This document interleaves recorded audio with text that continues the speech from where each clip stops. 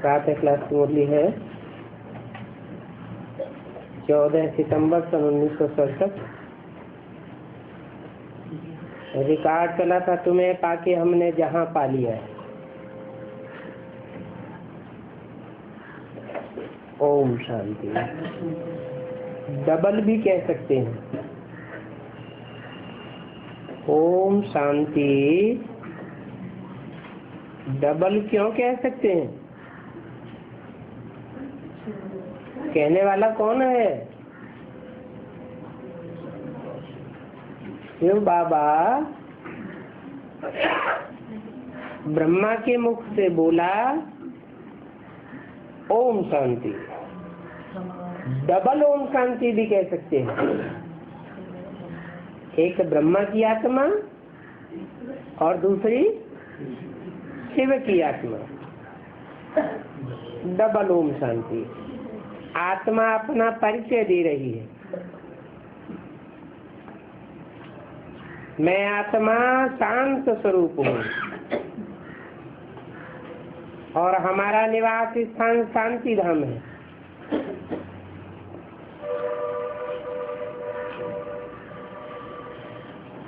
और बाबा के हम सब संतान हैं।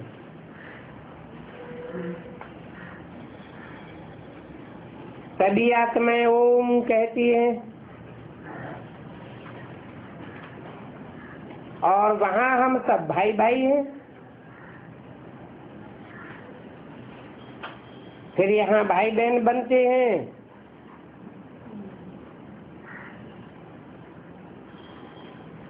यहाँ शरीर में आना होता है। वहां शांति धाम में शरीर नहीं होता।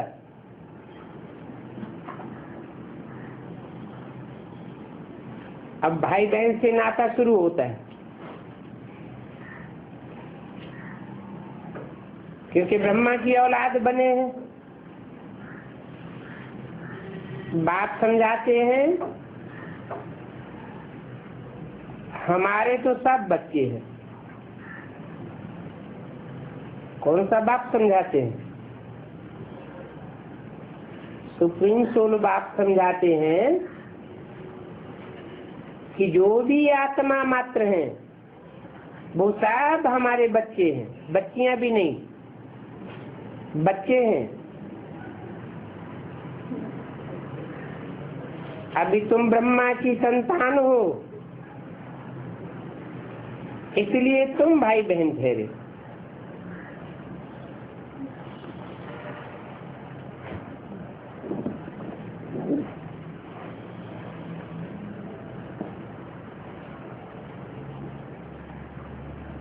तुम्हारा और कोई संबंध नहीं है।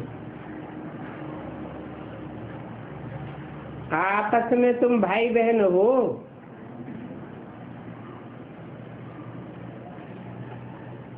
शरीर के हिसाब से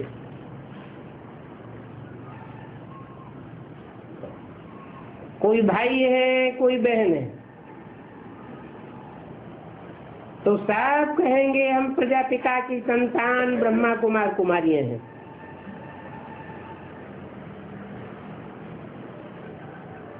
बाप पुरानी दुनिया को चेंज करने इस समय ही आते हैं। इस समय कलयुग के अंत और सतयुग के आदि में, और बाप ब्रह्मा द्वारा ही नई सृष्टि रचते हैं। कौन सा बाप? शिव बाप ब्रह्मा द्वारा नई सृष्टि रचते हैं। ब्रह्मा ने तो शरीर छोड़ दिया, 69 में ही शरीर छोड़ दिया, तो नई सृष्टि कैसे रचते हैं? यहाँ तो लिखा हुआ है ब्रह्मा द्वारा। मीडिया कौन हुआ? नई सृष्टि रचने वाला ब्रह्मा, और उन्होंने शरीर छोड़ दिया, तो नई सृष्टि कैसे रचेंगे?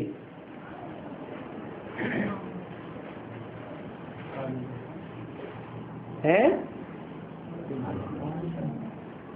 बोला ये ब्रह्मा तुम्हारी जगदम्बा है, परंतु तन पुरुष का है। इसलिए कन्याओं माताओं के चार्ज में इसे दाढ़ी मूछ वाले ब्रह्मा को नहीं रखा जा सकता। इसलिए मम्मा निमित्त बनी हुई है। वो मम्मा भी निमित्त मात्र है।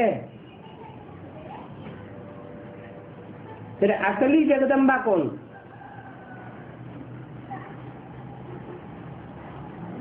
मुरली में तो बोला वास्तव में ये ब्रह्मा तुम्हारी जगदम्बा है, परंतु लगा दिया तन पुरुष का है। तो स्त्री चोला कहाँ से आए?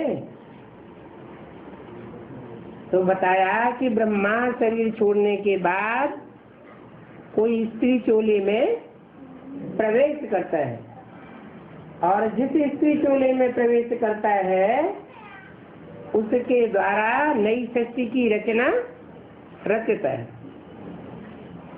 इसलिए बोला कि बाप शिव ब्रह्मा अर्थात जगदम्बा के द्वारा नई सृष्टि रचते हैं।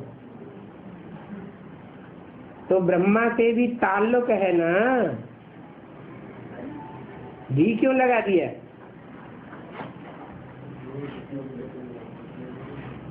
बना प्रजापिता से भी ताल्लुक है और ब्रह्मा से भी ताल्लुक है। युक्ति भी कितनी अच्छी है। सब ब्रह्मा कुमार कुमारियां अपन को आत्मा समझ बाप को याद करते हैं, और अपन को भाई बहन समझते हैं। ऐसे समझने वालों की क्रिमिनल लाइन नहीं रहती। कुमार कुमारी जैसे बड़े होते जाते हैं तो आंखें क्रिमिनल बनती जाती हैं।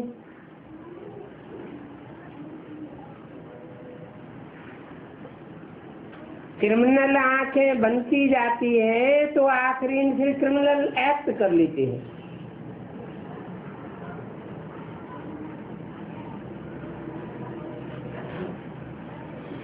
और ये क्रिमिनल एक्ट होती है रावण राज्य में।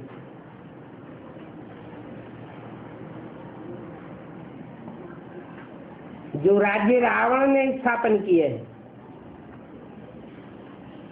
राम के राज्य में ये क्रिमिनल एक्ट नहीं होती। क्यों नहीं होती? क्राइम काय से होता है?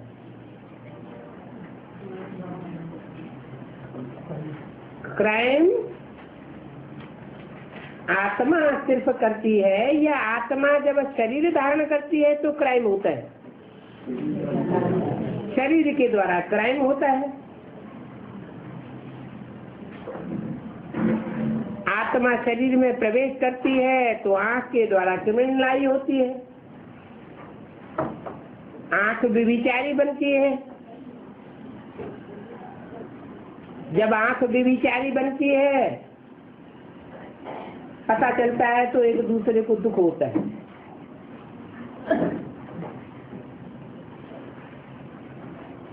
सिर्फ आंख ही नहीं,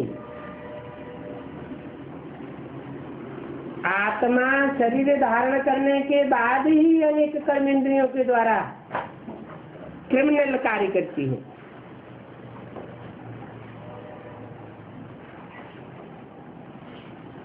सत्युग में क्रिमिनल एक्ट नहीं होता है। क्यों नहीं होता है? क्योंकि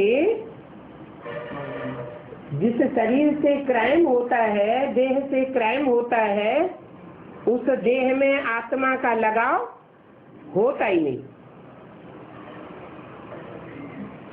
आत्मिक स्थिति वाले होती है सब,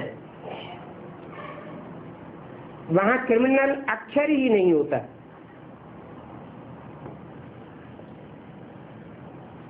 देह का लगाव नहीं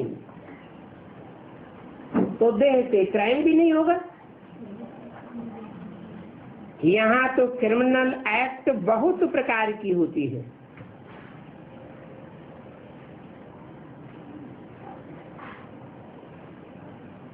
देह को अनेक प्रकार की इंद्रियां हैं तो अनेक प्रकार की एक्ट होती है।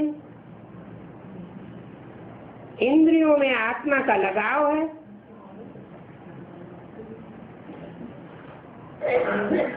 वहां तो अनेक प्रकार की एक्ट नहीं होती है। यहाँ अनेक प्रकार की क्रिमिनल एक्ट होती है तो उनके लिए फिर कोर्ट आदि भी होते हैं। जैसा जैसा क्राइम वैसे वैसे कोर्ट के द्वारा फैसला मिलता है। वहां तो कोर्ट आदि होती नहीं है। तो ये वंडर है ना। यहाँ इस दुनिया में रावण राज्य में क्राइम होता है और वहां क्राइम होता नहीं। यहाँ क्रिमिनल एक्ट के लिए कोर्ट होते हैं और वहां कोर्ट की दरकार ही नहीं। न जज होता है, न पुलिस होती है, न जेल होती है।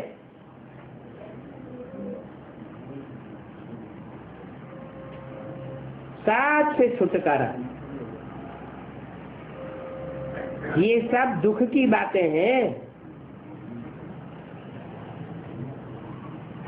ये दुख की बातें कौन सी दुनिया में होती है? रावण राज्य की दुनिया में होती है। जज भी चाहिए, पुलिस भी चाहिए, जेल भी चाहिए।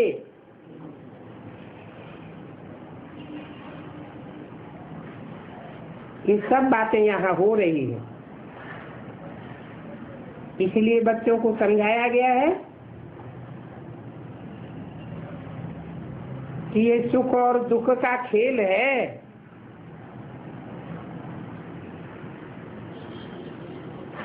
आत्मिक संबंध है तो सुख है और देह का संबंध है तो दुख है। अपन को और दूसरों को आत्मिक रूप में देखेंगे, रूहानियत भरी दृष्टि से देखेंगे तो सुख होगा। देह की दृष्टि से देखेंगे तो दुख होगा, क्राइम होगा।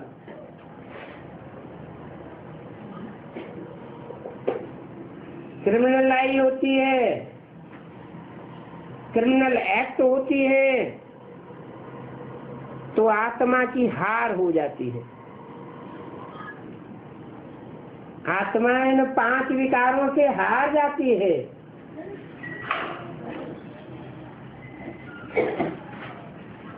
अगर अपन को आत्मा समझे तो हारने की बात ही नहीं।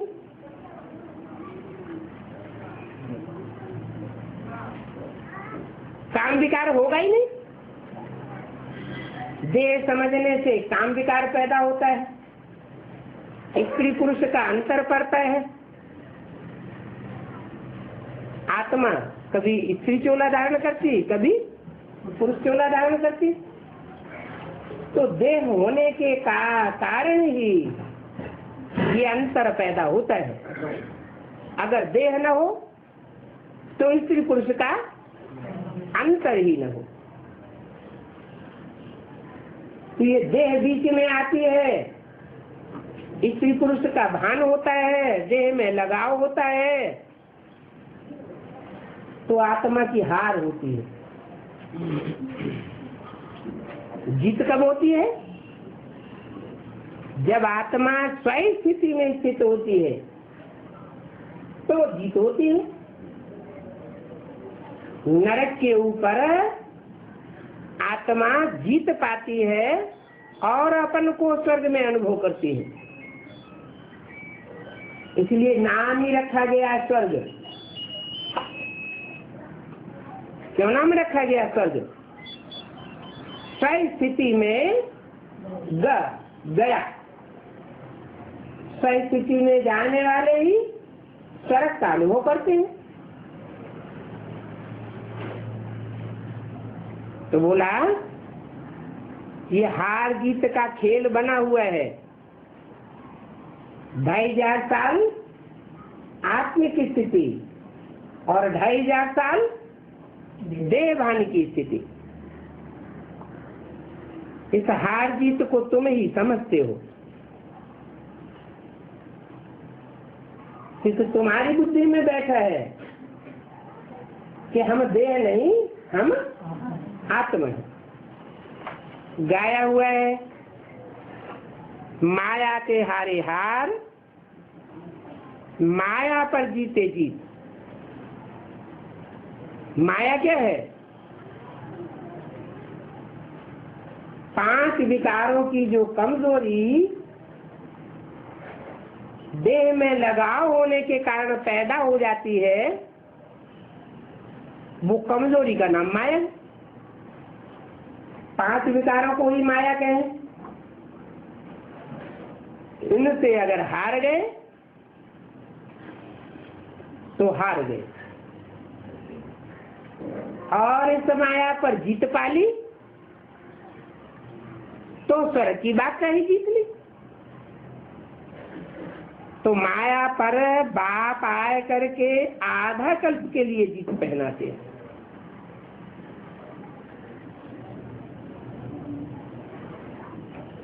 आधा कल्प के लिए जीत पहनाते हैं। बाप आए करके पूरे कल्प के लिए जीत क्यों नहीं पहना देते? है? आधा कल्प के लिए ही क्यों जीत पहनाते हैं? है? बाप तो आकर के रास्ता बताते हैं ना। बाप खुद तो जीत पहनने के लिए एक्ट नहीं करते। बाप बताते हैं कि ऐसे ऐसे कर्म करेंगे तो ऐसे ऐसे तुम्हारी जीत होगी, परंतु बीच में माया रोड़ा अटकाती है। माया बात को समझने नहीं देती। जो पुरुषार्थ बाप कराना चाहते हैं वो पुरुषार्थ माया करने नहीं देती, और हम माया के चंबे में आ जाते हैं। तो माया के चंबे में आवेंगे तो काहे की शूटिंग होगी? हार की ही शूटिंग होगी ना। दुख की शूटिंग होगी ना। थोड़ा थोड़ा दुख उठाते फिर हम बहुत दुखी हो जाते हैं।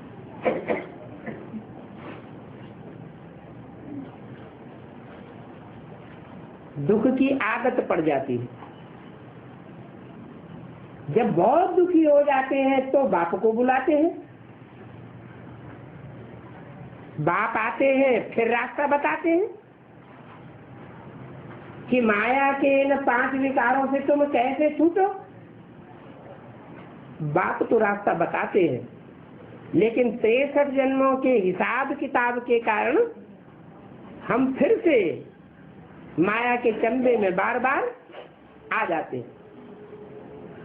तो आधी दुख की शूटिंग माया की कर देते हैं और आधी सुख की शूटिंग आत्म की स्थिति से हमें प्राप्त होती है। वो भी फिर नंबरवार पुरुषार्थ।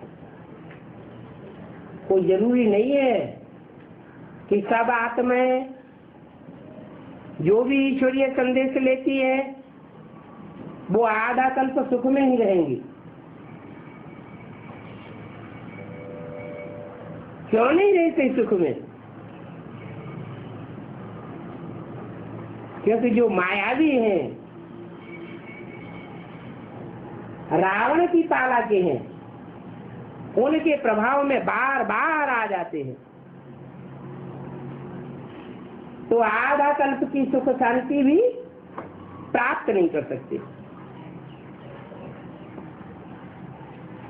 बाप कहते हैं हमको भी आना पड़ता है। क्या आना पड़ता है? माने मजबूरी है। हमें तो दुख की दुनिया में, पाप की दुनिया में आना नहीं चाहता हूं, फिर भी मुझे आना पड़ता है। क्यों? मजबूरी क्या है?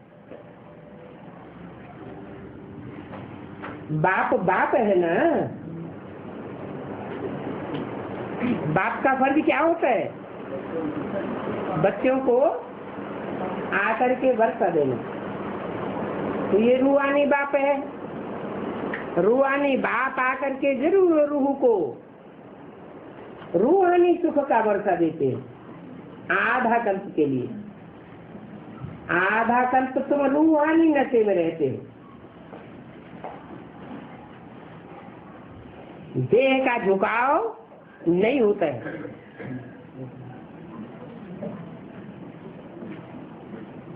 ये कोई नई बात नहीं है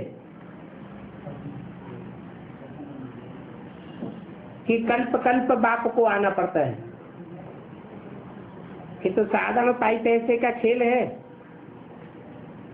फिर तुम मुझे याद करते हो तो अपना राज्य भाग आधा कल्प के लिए ले लेते हो। रावण राज्य में तुम मुझे भूल जाते हो।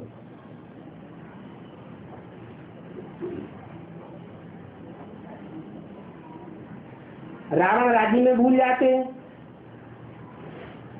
राम राज्य में याद करते हैं क्या? हैं?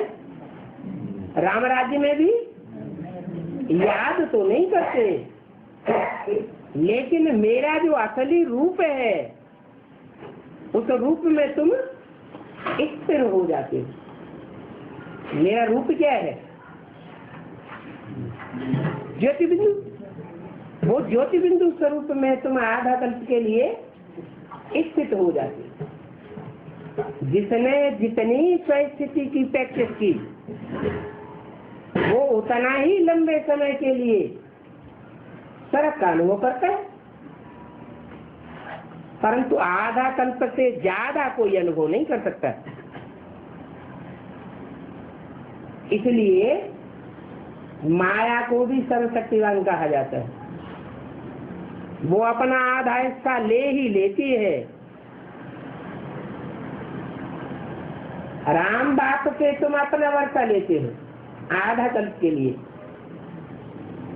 और माया अपना दुख का वर्षा आधा कल्प के लिए फिर तुम्हें दे देती है। शूटिंग कहाँ होती है? संगम में दोनों बातों की शूटिंग होती है तुम्हारे ऊपर। चाहे तो दुख का वर्षा लो और चाहे सुख का वर्षा लो, तो हमारे ही ऊपर है। तो कोई आत्मा ऐसी भी होती होंगी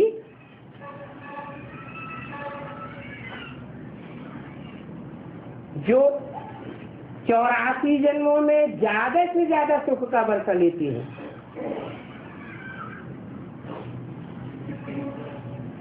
जो जागती आत्म की स्थिति में टिकते हैं, प्रैक्टिस करते हैं, वो अनेक जन्मों का सुख का वर्षा लेते हैं,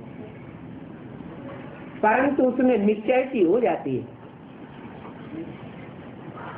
प्योर सुख का वर्षा 21 जन्म का ही मिल सकता है। बाकी 63 जन्मों में जितना जितना औरों के संग के रंग में रंगते जाते हो, उतना उतना सुख का वर्षा गंवा देते हो। प्रभावित हो जाने के कारण रावण की प्रजा बन जाते हो। तो रावण तो दुख का वर्षा देता है, रुलाने का वर्षा देता है। राम है हंसाने वाला और रावण है रुलाने वाला। दुख में रोते हैं और सुख में प्रसन्न होते हैं। तो रावण दुश्मन है, दुख देता है ना। उनको हर वर्ष भारतवासी जलाते आते हैं। जब कोई ज्यादा दुख देता है तो उसका पुतला बना करके जलाते हैं। रावण को वर्ष वर्ष जलाते हैं। ये कहाँ की यादगार है? संग युग में ही ये माया रूपी रावण ने जो मायावी रूप धारण करके आता है, चाहे स्त्री रूप में, चाहे पुरुष रूप में, चाहे कोई पदार्थ के रूप में, वो हमको आकर्षित कर लेता है, हमारी आत्मा को प्रभावित कर लेता है।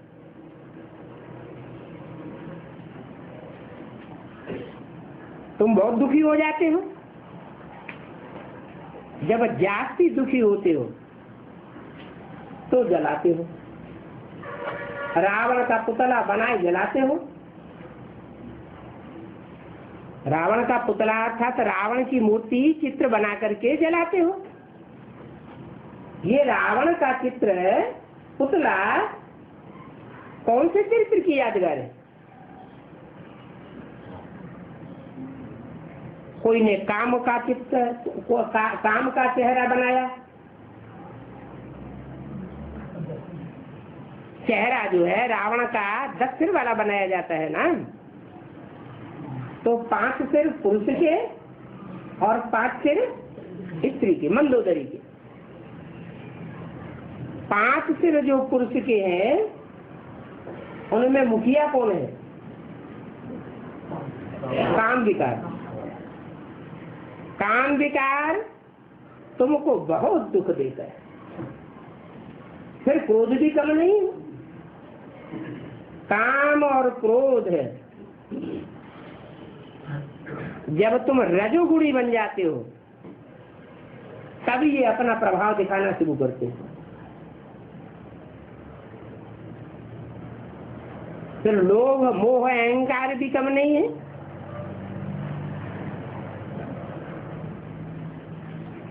द्वापर में फिर भी रावण कम दुख देता है, लेकिन जब कलयुग शुरू होता है, तमो प्रधान बनता है रावण, तो बहुत दुख देता है। अति का दुख देता है तामसी युग में, तो तुम रावण को जलाते हो। जहां बहुत भारतवासी होंगे वहां बहुत जलाते होंगे।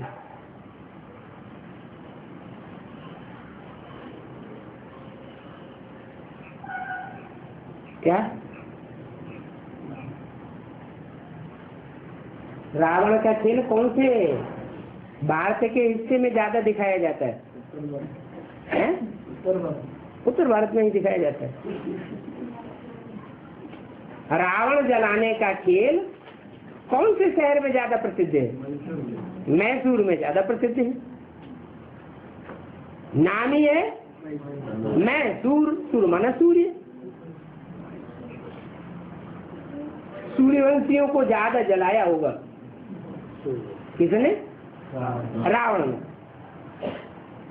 तो जहाँ बहुत भारतवासी होंगे वहाँ ये रावण का खेल बहुत करते होंगे। कहेंगे ये भारतवासियों के धर्म का उत्सव आदि है।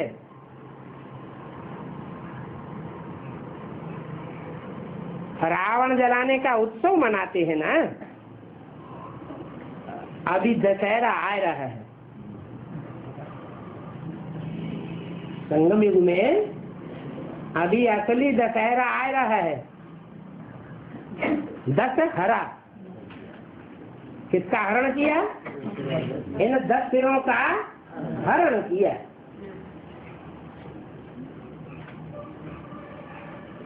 द्वापर युग में तो 10 सिरों का हरण होता नहीं। कलयुग में वो 10 सिर और ही विकराल रूप धारण कर लेते हैं। तो तुम उनका पुतला जला करके थोड़ा उत्सव मनाए लेते हो, सुखी अनुभव करते हो कि हमने रावण जलाया। वास्तव में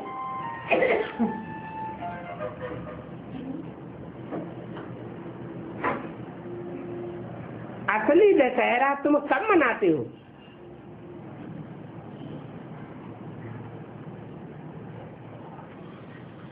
अरे संगम युग में। संगम युग में भी जब सतयुग शुरू होने वाला होता है तो तुम असली दशहरा मनाते हो, 10 सिरों का हरण कर लेते हो। तो ये सब बातें बच्चों को समझाना है। वो तो हद की बातें हैं। जो रामलीला खेलते हैं, दशहरा मनाते हैं, असली तो तुम मनाते हो। क्या करते हो? जो ऐसे ऐसे चरित्र करने वाला रावण है जिसका चित्र बनाया जाता है, चित्र 100% का बनाया जाता है या अधूरे का बनाया जाता है?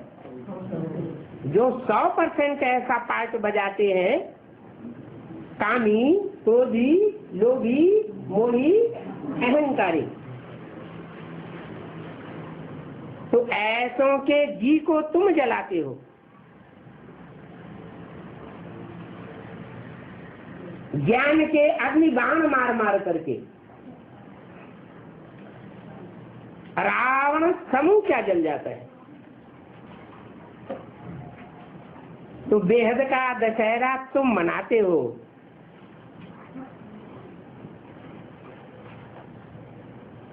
अभी रावण राज्य तो सारी विश्व के ऊपर है? तो ब्रह्मा कुमार कुमारियों की दुनिया में ही रावण राज्य है? ये सारी दुनिया में रावण राज्य है। सारी दुनिया में रावण राज्य। अगर सारी दुनिया में रावण राज्य है तो सारी दुनिया के जितने भी रावणी चेहरे हैं सबको जलाना चाहिए।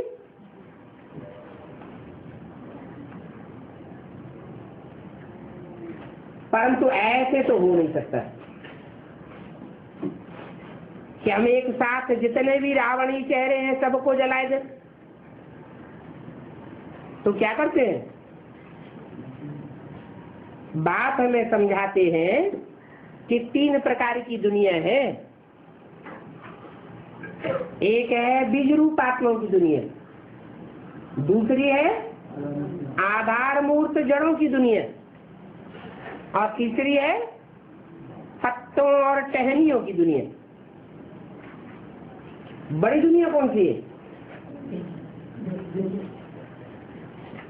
बड़ी विस्तार वाली दुनिया कौन सी है? पत्तों वाली। 500-700 करोड़ पत्ते, सब के ऊपर रावण का राज्य।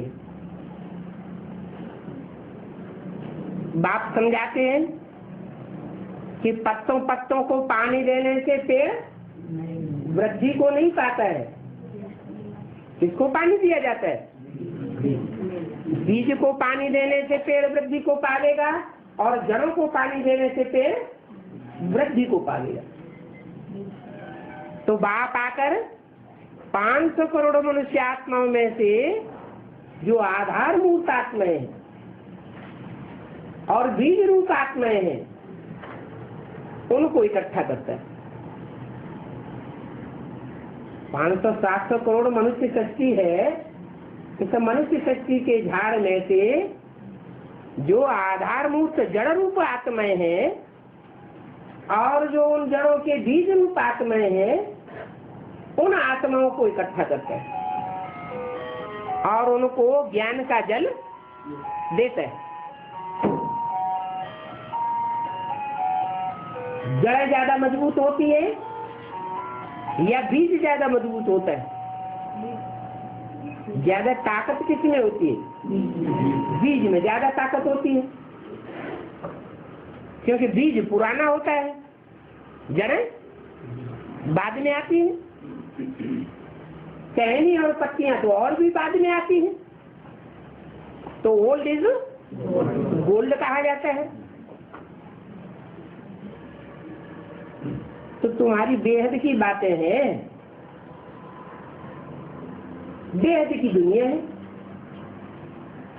आधार मूर्त आत्माओं की, ब्राह्मणों की दुनिया तैयार होती है, उसमें से बीज रूप आत्माओं की दुनिया तैयार होती है। जब बीज तैयार हो जाते हैं तो उन बीजों के संगठन को कहा जाता है रुद्रमाला। शिवमाला क्यों नहीं कहा जाता? रुद्रमाला क्यों कहा जाता है? शिव तो कल्याणकारी है, वो रौद्र रूप कैसे धारण करेगा? शिव बाप है, बाप विकराल रूप धारण कैसे करेगा? तो जिस बीज में प्रवेश करते हैं, जिस बीज का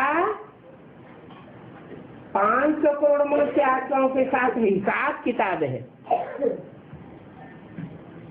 उसके द्वारा रौद्र रूप धारण करता है। जो भी आत्माएं हैं जो रावण के पंजे में आ जाती हैं या रावणी स्वभाव संस्कार की हैं, जिन्होंने 63 जन्म बहुत दुख दिया है, कौन सी आत्माओं को? है सूर्यवंशी आत्माओं को। ज्यादा रावण जलाने का खेल कौन से शहर में करते हैं? मैसूर में करते हैं। कहाँ की यादगार है? संगम युग में जो सूर्यवंशी आत्माएं हैं वो रावण के जी को बहुत जलाती है। बीज है ना, बीज में बहुत विस्तार हो जाता है। बीज सार भी है तो बीज विस्तार को भी पाता है। जब सार में आ जाता है तो बीज का कनेक्शन सारे झाड़ से टूट जाता है। छोटा पौधा होता है, फिर बड़ा पौधा होता है, फिर उस बड़े पौधे में से, पेड़ में से फल निकलते हैं। फलों के अंदर बीज होता है। फल जब तक हरा है तो बीज का कनेक्शन पेड़ से है, और जब फल पक जाता है तो पकने के बाद बीज का कनेक्शन फल से और वृक्ष से कट हो जाता है। तो ये ब्राह्मणों की दुनिया 3 स्टेजेस में कार्य करती है। बीज रूप स्टेज जब बनती है और वो बीज पक जाता है तो सारे वृक्ष से डिटैच हो जाता है। लगाओ टूट जाता है, आप मुए मर गई दुनिया। तो देखो अभी ये विश्व तो बहुत बड़ी है और तुम्हारी विश्व बहुत छोटी। तुम्हारी बीज रूप आत्माओं की दुनिया है और उन ब्राह्मणों की आधारभूत आत्माओं की दुनिया है। तो थोड़ा और बड़ा स्थूल रूप है। और बाहर की दुनिया में जो ब्राह्मण रहते हैं वो तो बहुत बड़ी दुनिया है। तो तुम शुरुआत कहाँ से करते हो? बीज रूप आत्माओं से नई दुनिया के फाउंडेशन की शुरुआत तुम्हारे द्वारा होती है। बीज रूप आत्माओं में जो रावण संप्रदाय के बीज हैं, रावण संप्रदाय का छिलका जिन पर चढ़ा हुआ है, उनके घी को तुम बहुत जलाते हो। परंतु आत्मा तो है ना, बल छिलका दूसरे धर्म का चढ़ा हुआ है, तो आत्मा अविनाशी खलास होगी या छिलका खलास होगा?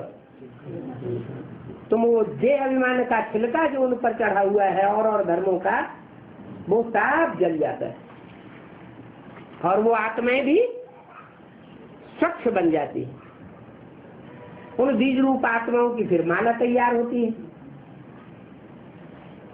84 विधर्मी है और 24 स्वधर्मी। 12 के 7 ग्रुप हैं विधर्मियों के और 12 के 2 ग्रुप हैं स्वधर्मियों के, सूर्यवंशी और चंद्रवंशी। तो स्वधर्मियों विधर्मियों में, स्वदेशियों विदेशियों में झगड़ा तो जरूर होगा। हैं ये सब बीज रूप आत्माएं, सारे संसार के बीज हैं। क्या सूर्यवंशियों के भी बीज यहाँ हैं, बौद्धवंशियों के भी बीज यहाँ हैं, क्रिश्चियंस के भी बीज यहाँ हैं, इस्लामियों के भी बीज यहाँ हैं। तो उनको परखने के लिए परख शक्ति चाहिए। अभी बाप हमको परख शक्ति दे रहे हैं, कहते हैं बच्चे अपन को आत्मा समझ, मुझ बाप को याद करेंगे तो सब प्रकार की शक्तियां तुम्हारी आत्मा में समा जाएंगी। तो बाप ने समझाया है कि ये सारी शक्ति सागर पर खड़ी हुई है। क्या? चाहे विधर्मी हो, चाहे स्वधर्मी हो, चाहे विदेशी हो, चाहे स्वदेशी हो, चाहे स्वदेशी धर्मखंड, चाहे विदेशी धर्मखंड, सारी की सारी शक्ति किसके आधार पर खड़ी हुई है? सागर के आधार पर खड़ी हुई। सागर है 3 हिस्सा और पृथ्वी है 1 हिस्सा। ये सारी की सारी पृथ्वी, जिस पृथ्वी के ऊपर हर धर्म विराजमान है, हर धर्म खंड विराजमान है, वो सागर के आधार पर है। इसलिए सागर को भी कितने भागों में बांट दिए? 7 सागर बना दिए। अब सागर तो वास्तव में एक ही है या 7 है तो एक ही। लेकिन जब द्वैतवादी युग शुरू होता है तो जो 7 नारायण है सतयुग के, वो द्वैतवादी युग में आकर के 7 अलग अलग धर्मों में कन्वर्ट हो जाते हैं। इसलिए 7 सागर गए हुए। अभी बाप कहते हैं कि ये 7 सागर हैं, तो धर्मखंड भी इतने हो जाते हैं। अभी 7 सागर मिलकर के एक हो जाएंगे। और धर्मखंड भी सब मिलकर के एक भारत खंड बच जाएगा। मनुष्य कहते हैं नीचे एक बैल है अथवा एक गऊ है। क्या इस पृथ्वी के नीचे एक बैल है अथवा गऊ है जिसके सींग पर सृष्टि खड़ी हुई है। क्या सींग? सींग एक होता है या दो? दो सींग होते हैं, एक राइटियस एक लेफ्टिस।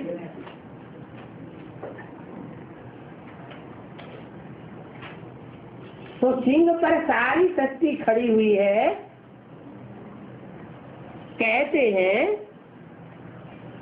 जब थक जाते हैं तो यूं करके बदल देते हैं, एक सिंह से दूसरे सिंह पे आ जाती है। जब गऊ थक जाती है तो एक सिंह से दूसरे सिंह पर ले लेते हैं, या बैल जब थक जाता है तो एक सिंह से दूसरे सिंह पर ले लेते हैं। अब ये बातें तो ऐसी है नहीं कि कोई जानवर गऊ है या बैल है जो पासा पलटता है और पृथ्वी की गति चेंज हो जाती है। तो असली बात क्या है? ये तो ह्यूमन बैल अथवा ह्यूमन कामधेनु गैया की बात है, अर्थात जगत पिता और जगदम्बा की बात है। दुख सहन करते करते जब थक जाते हैं तो पासा पलट देते हैं, सुख की शक्ति आ जाती है। तो देखो सारी पृथ्वी पानी पर खड़ी है।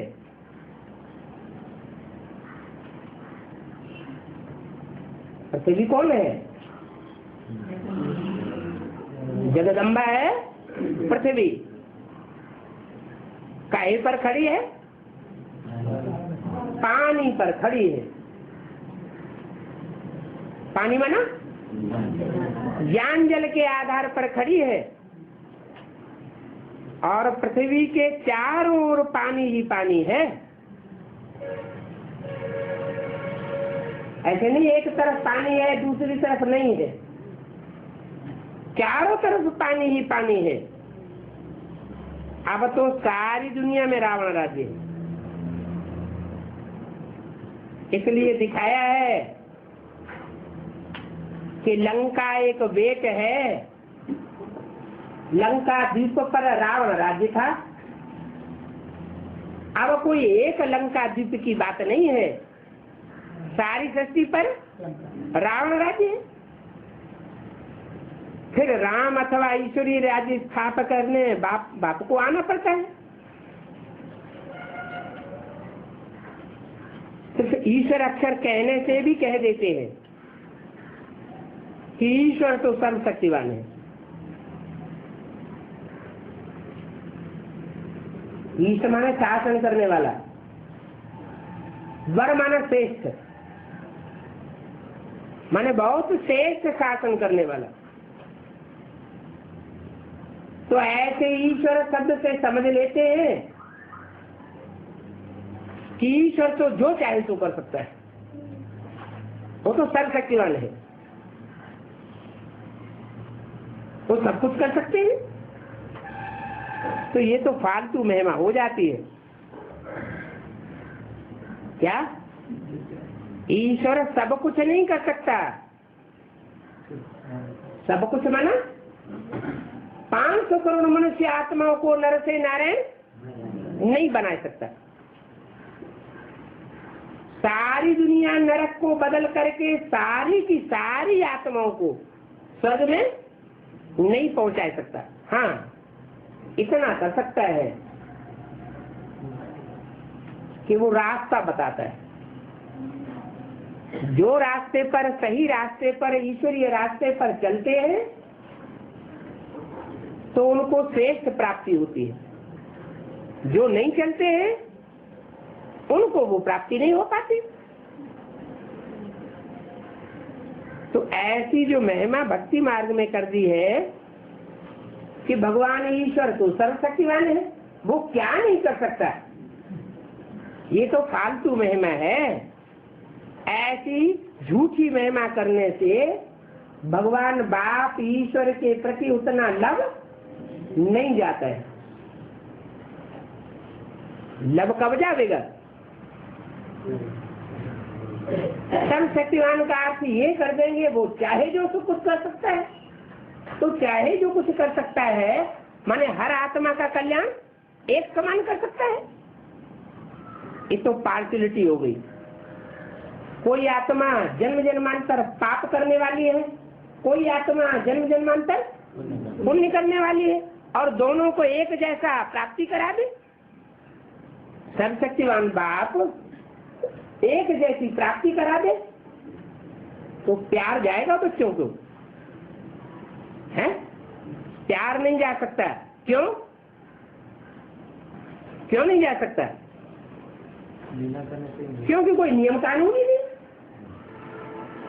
तो बाप आकर के पढ़ाई पढ़ाते हैं, किसी को कुछ भी देते नहीं है और कोई से कुछ भी लेते भी नहीं है। ये उनका पार्ट है। क्या? आकर के सत्य असत्य का ज्ञान देना।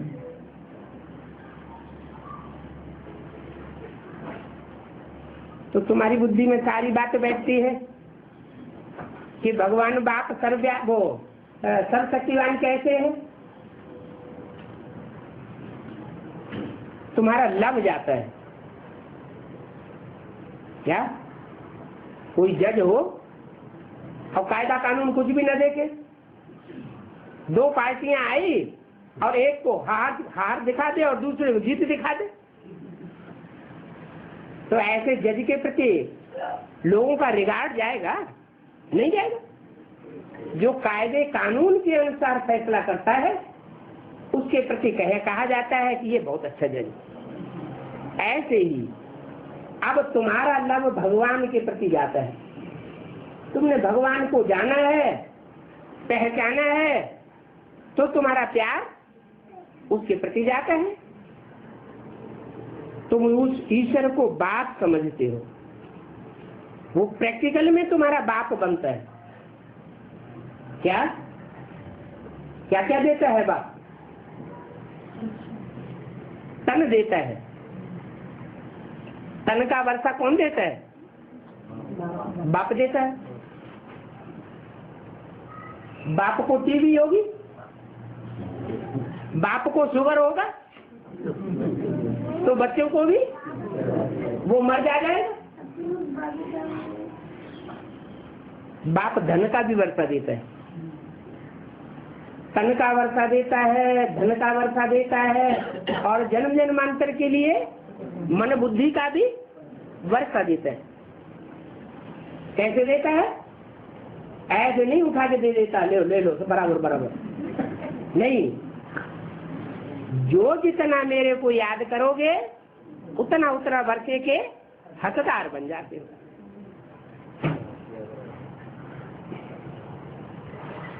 तो देखो, बाप कहने से मिलने की बात हो जाती है।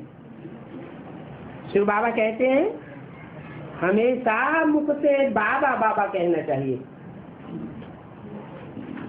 है? मुख से जोर से अंदर की बात है। अंदर अंदर मुख में बाबा की याद बनी रहे। ईश्वर अथवा प्रभु ये अक्षर भूल जाना चाहिए, क्योंकि ईश्वर का अर्थ वो गलत लगा लेते हैं। जो चाहे तो कर सकता है। प्रभु वो भी नहीं। बाबा ने कहा है माम एकम याद करो। प्रदर्शनी आदि में भी जब समझाओ तो घड़ी घड़ी शिव बाबा का परिचय दो। क्या? भले कोई भी चित्र समझाओ, जो समझने वाले हैं उनका बुद्धियों को किस तरफ खिंचाना है? बाप के परिचय की तरफ खिंचाना है। शिव बाबा एक ही ऊंचे से ऊंचे है, जिसको गॉड फादर कहा जाता है।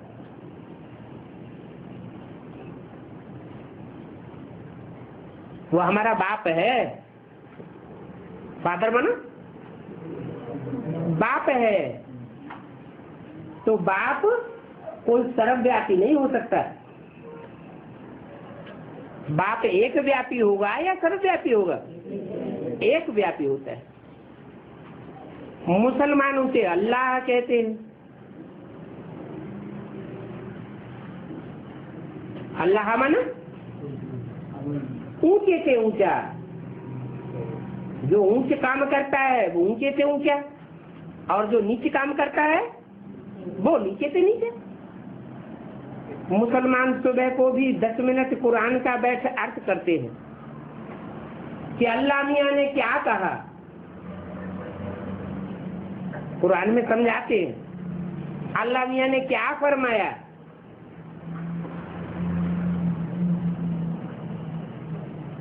किसको दुख नहीं देना चाहिए, यह नहीं करना चाहिए, तो वो समझते हैं अल्लाह मियां ने समझाया, अल्लाह मियां ने फरमाया। तो अल्लाह मियां ने क्या आकाश में से समझाया होगा? आकाश से आवाज आई होगी क्या? समझाने के लिए, बताने कहने के लिए तो मुख चाहिए ना। तो ऐसे नहीं समझते हैं कि बाबा ने कहा। क्या समझते हैं? कोई आकाशवाणी हुई होगी तो अल्लाह मियां ने फरमाया। बाबा अक्षर सभी अक्षरों से मीठा है। शिव बाबा, शिव बाबा मुख से निकल जाता है ना। मुख तो मनुष्य का ही होगा, गौ का मुख थोड़ा ही हो सकता है।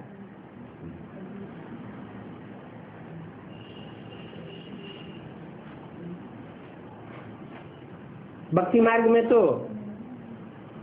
कहते हैं गंगा गौमुख से निकली।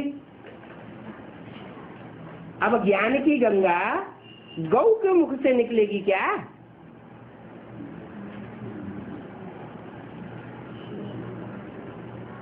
गौ में आवेंगे क्या?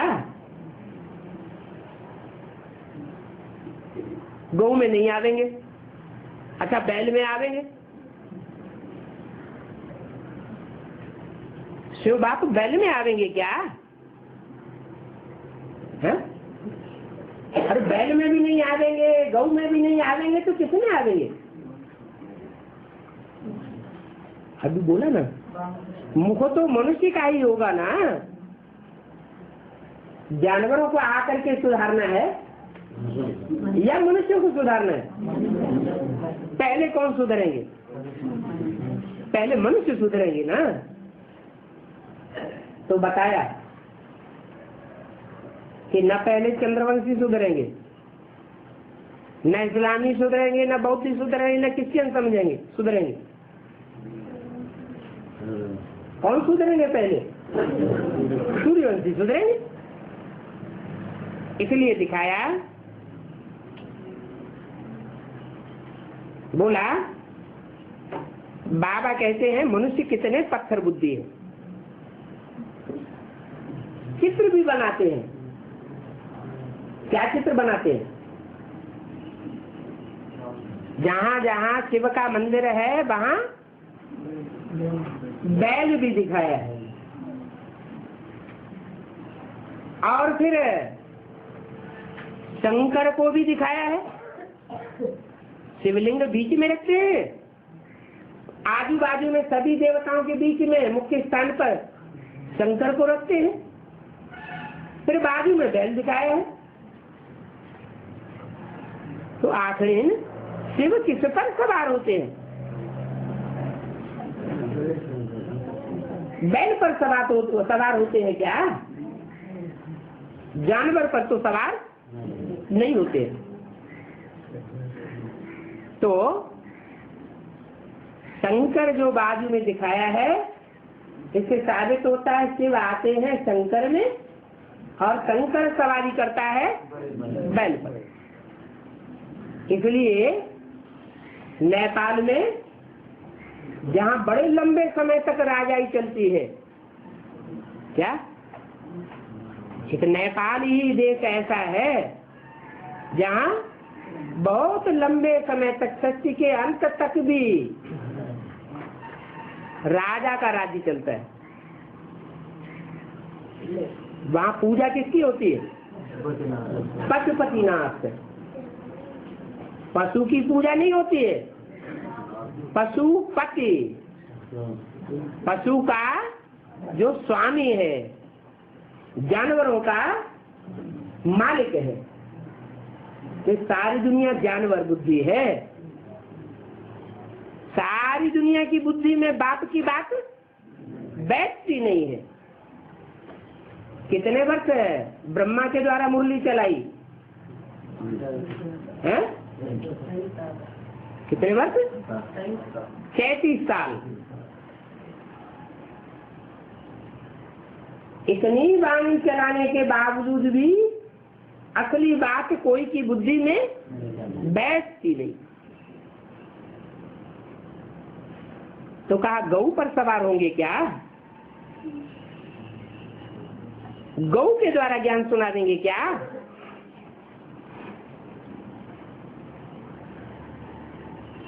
बैल दिखाया है, मंदिर में गऊ तो नहीं दिखाई है। तो बैल पर शंकर सवार होते हैं और शंकर पर शिव की सवारी होती है। शिव निराकार साकार में प्रवेश करके निराकार स्टेज वाला बनता है। तो शिव शंकर को मिला दिया। तो देखो मनुष्य कितने पत्थर बुद्धि, जानवर बुद्धि बन गए हैं। उसमें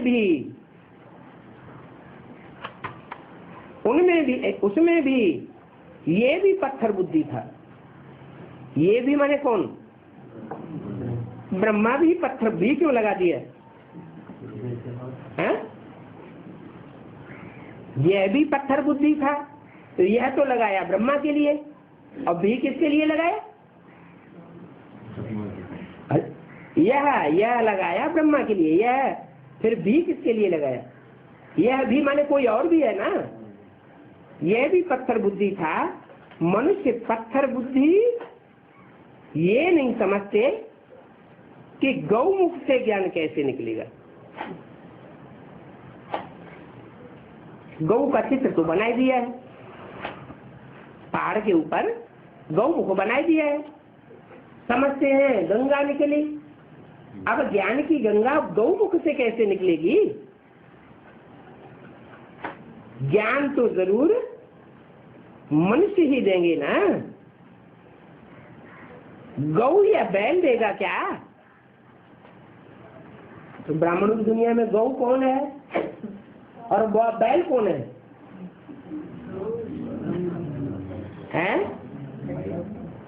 दादा लेखराज बैल और गौ है जगदम्बा। न जगदम्बा ज्ञान देती है न ब्रह्मा ज्ञान देता है। ज्ञान देने वाला एक ही शिव शंकर भोलेनाथ है। ऐसे नहीं तीन तीन ज्ञान देते हैं। न ब्रह्मा ज्ञान देता, न विष्णु ज्ञान देता। शंकर भी ज्ञान देने वाला नहीं है, परंतु उसमें शिव प्रवेश है। इसलिए कहेंगे पर्सनालिटी एक ही है। तो तुम शिव शक्तियां हो, तुम्हारे मुख कमल से ये ज्ञानामृत निकलता है। क्या अमृत किसके मुख से निकलता है? सेवकी शक्तियों के मुख से। लेकिन मुरली में तो बोला है, अभी गीता ज्ञान अमृत नहीं कह सकते।